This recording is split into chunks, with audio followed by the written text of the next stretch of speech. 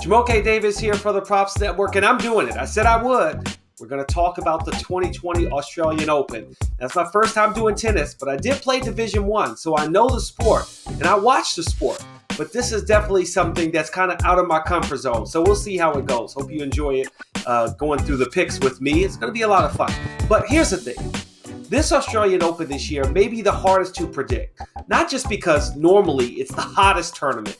It's the first one of the year, so players are kind of getting into a rhythm after taking a break. But the brush fires that have made the air in Melbourne suffocating at times for the players. A lot of players reporting about their experiences during the qualifying match. One player had to retire. Players practicing right now for the main draw are struggling and trying to figure out what to do here in the tournament.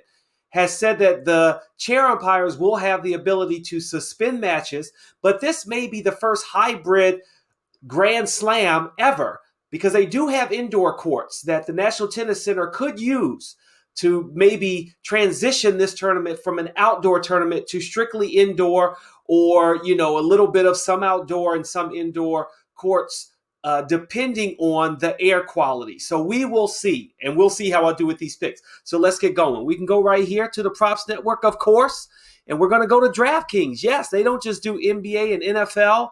They also do the Australian Open. Now, we're going to start here with the men's draft. I'll do the women's draw in a second video because it's a lot to get through. So sit tight. All right. First quarter, as I look here, because I'm trying to figure out how to navigate this too. So you're going along with this as a learning experience. It's easy to say Rafa, right? But you could also look at Nick Kyrgios at plus 600 because he's an Aussie. I'm sure he wants to show well for the hometown fans. Or Dominic Thiem is a sleeper at plus 400 in quarter one. Quarter two, Daniel Medvedev is a player that you can look at, but a sleeper that I like is Andrei Rublev. He is 11-0 since the Paris Masters last October. He's coming off of an injury as well, and he seems to be playing very well of late, undefeated. Roger Federer, another favorite here. I mean, how could you go wrong at minus 106? But Denis Shapovalov is also a player you can look at plus 500. And then here, quarter four, Novak Djokovic, minus 275. A player that I like that you should look at is Stefanos Tsitsipas, one of my favorite names on the tour. Tsitsipas could give Djokovic some trouble there. Here, let's look at this though, right? How easy is it to just pick one of the top three? Federer, Djokovic, or Nadal?